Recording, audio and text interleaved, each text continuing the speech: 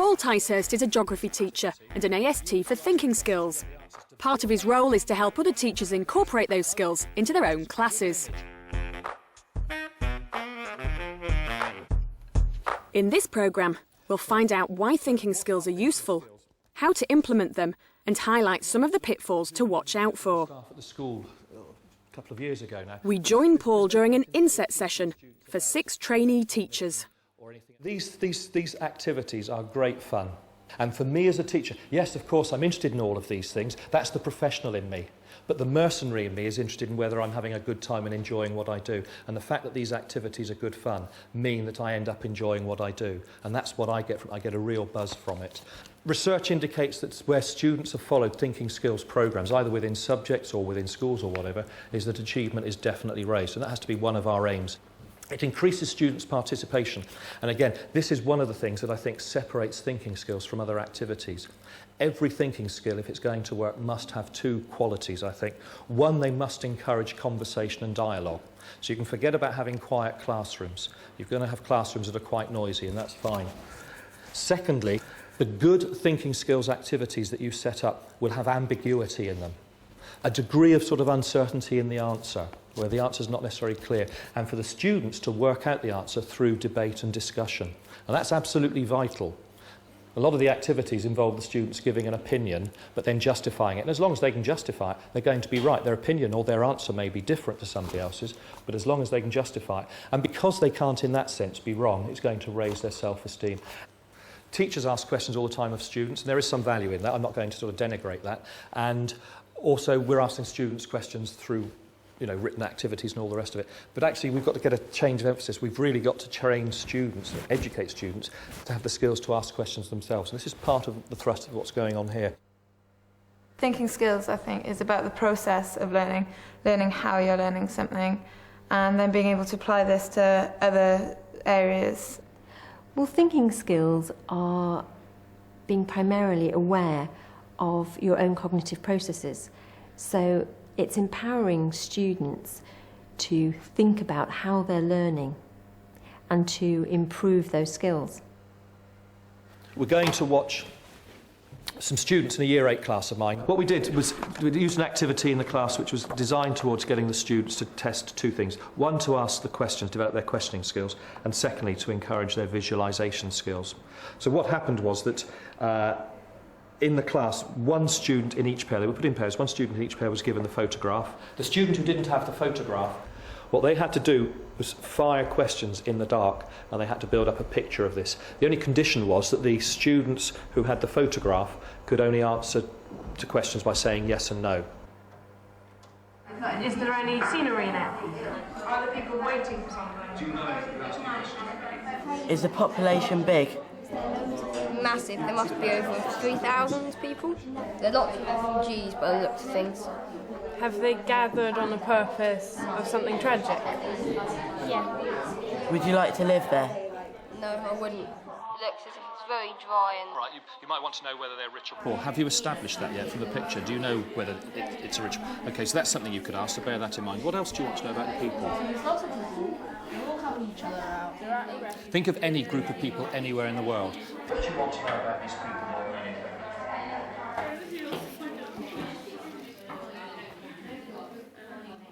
And what else do you want to know?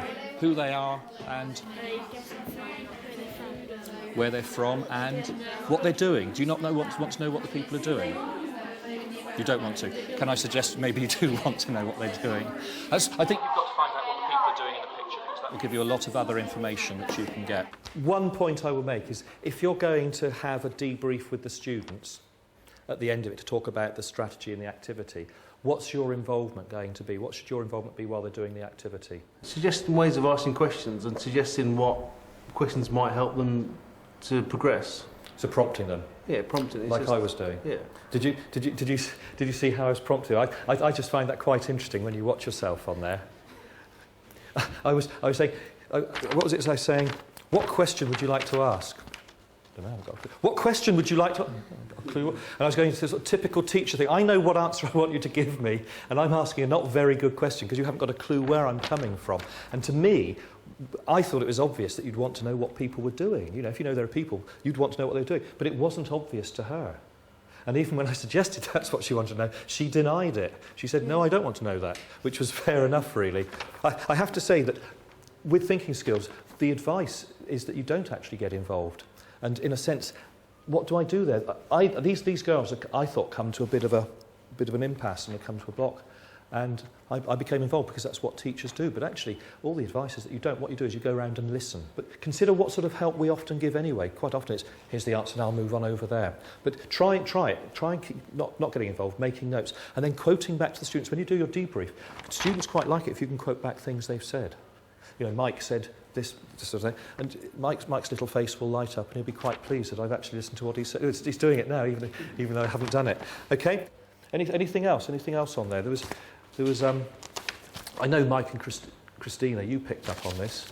I heard you made a comment when it was on. It was the two boys. Yeah, they're perhaps sort of going a bit outside of how you described the task, and that he wanted to almost help the other person along.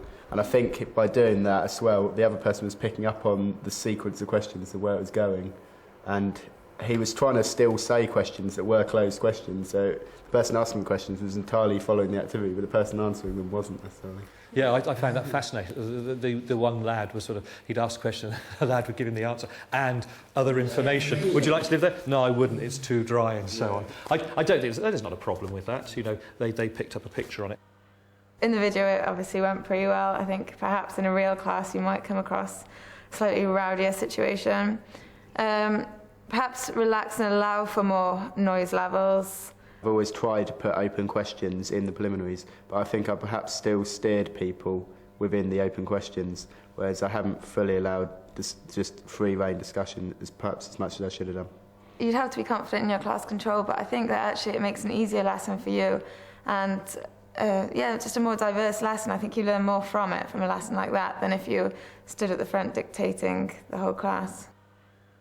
I'm going to ask you in a minute, I'm to do this in sort of stages. First of all, I want each pair to choose a topic of conversation. It frankly doesn't matter what it is, and it can be the first thing that comes into your head. It can be fashion, it can be sport, it might be what you're doing tonight. I don't care.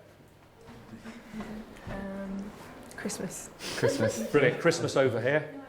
Primary schools. Primary schools over here. I'm going to be working on lesson plans for tomorrow. And you're going to talk about that? From my observation, that's what I'm doing. Yeah, we can talk about that, yeah. Okay. One rule, you can't ask any questions. I think really Christmas this year, at the time, it's kind of been overshadowed by that almost. It's not been as positive as a normal Christmas would have been, really. Yeah. Always thinking about other people and stuff, that's hard to not feel a little bit sort of guilty about how to feel that. Especially by the time it got through to New Year and stuff, you didn't really want to go out because of it. Yeah. At least you get to know the kids quite well. That's true. Yeah, with them all year round as well. I don't know, switching from task to task, I don't know how they keep the students involved, though. Any comments? It's absolutely impossible to engage in a conversation where you don't ask a question. I even made a statement and then I realised that the intonation of my voice had suggested a question. Yeah, absolutely. You know, and yet we have classroom situations where we very often deny that opportunity to students. You know, quite often we say, don't talk. Actually listen to what they're talking about anyway, and they're asking questions, invariably about the work. I thought I'd used thinking skills to good effect before, but having seen this presentation, I think there's definitely now a lot more thinking skills I can include in my lessons. Well, I teach geography, and I think also I've tried to involve thinking skills, but perhaps not to the same extent that Paul has shown. Some of the activities I think definitely try and include in the classes, but guilty of asking closed questions all the time, definitely directing the questions, and also stopping pupils when perhaps they are on task and accusing them of being off task, and allowing them to sort of direct the conversation themselves and the learning themselves. We're going to watch a bit of footage of students finishing a mind movie and of me then having a discussion with them about it. Now, mind movie, how it works is that You get the students relaxed, calm. What I do is I read a passage to them, and it has to be a fairly descriptive passage, one that's got lots of good descriptive scenes in.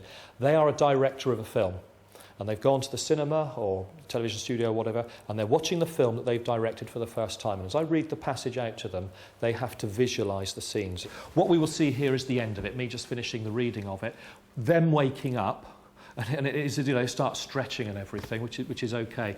And then we go into a sort of a discussion about it. Are you clear on what it is they're doing? And then sort of, this is difficult. The plenary, the discussion with the students, is the hardest thing of all. Until the evening when we queue again for our next meal. Each day is the same. Each day is very hard, and each day is incredibly boring. Lots of people just stand around with grey, ashen faces. Many are beginning to give up hope. Now, don't open your eyes yet. Just keep your eyes closed and imagine the film rolling on for a little bit. Just imagine the following scenes for about a minute. Somebody like to tell me something. The most powerful. What is the most powerful image in there? What's the thing that really you think you will remember? Not being sure that they'll ever have anything to go back to now, and their houses have been destroyed. At the end of when you were telling the story, it's like the refugee camps, the tents that they had to sleep in, and just having a bucket of water. Shall we perhaps discuss the issue of the plenary? Put yourselves in my position. You're in front of the class and you're going to ask questions about them. What sort of things are you going to want to know? You could ask them what methods they have for remembering things. They might have developed their own techniques already. Brilliant. Have you got it? What are yours? My memory's not as good as it could be, actually. I could do with a few tips. Being an artist, mine's visual. I always think images in my mind, even with numbers and words and everything. I just picture it as visual images. I think it'll be very important in my teaching to be aware of thinking skills, because it will enable me to plan lessons that will build in opportunities to develop those skills for students. And also, if students can develop strategies to remember what I've taught them, then obviously that's of benefit to us all. I think perhaps some of the thinking skills lessons have also worked well because the pupils aren't used to those sort of lessons and they've responded because it's been something different and they've enjoyed. I think sometimes if you were to do thinking skills lessons all the time, it would perhaps get more like a sort of just a conversation rather than a lesson. The more experienced the teacher, the better they are at questioning students. And the more time they give students to talk, the less they feel they need to hold the floor. And as a trainee, that's quite a scary thing to do, to give power over to the children. Definitely from planning lessons like this, it's clearly obvious that it takes a lot longer. But like Paul said as well, you don't need to make it every lesson. That's not the point. The point is to intersperse it between your standard lessons. I think probably planning a lesson like this would have to be a lot less rigid as well. You'd have to actually plan it in a flexible manner so that you could perhaps adjust activities, speed things up, slow things down, see which way the pupils want to lead it, and if it looks relevant, then go with that. So obviously it's really great for one, for ideas, and two, to see them in practice. And also when you're seeing them in practice, you're seeing perhaps some of the problems that might occur. If you're allowing students to talk between themselves, there's the danger that they're going to go off task. But actually what I'm beginning to realise is that that isn't actually necessarily true in most cases. You go over to a group of students who are laughing and think, haha, they're not paying attention, they're not doing what I've asked them to do. But really they're just enjoying the task, and really isn't that part of the experience? Shouldn't they be allowed to enjoy it?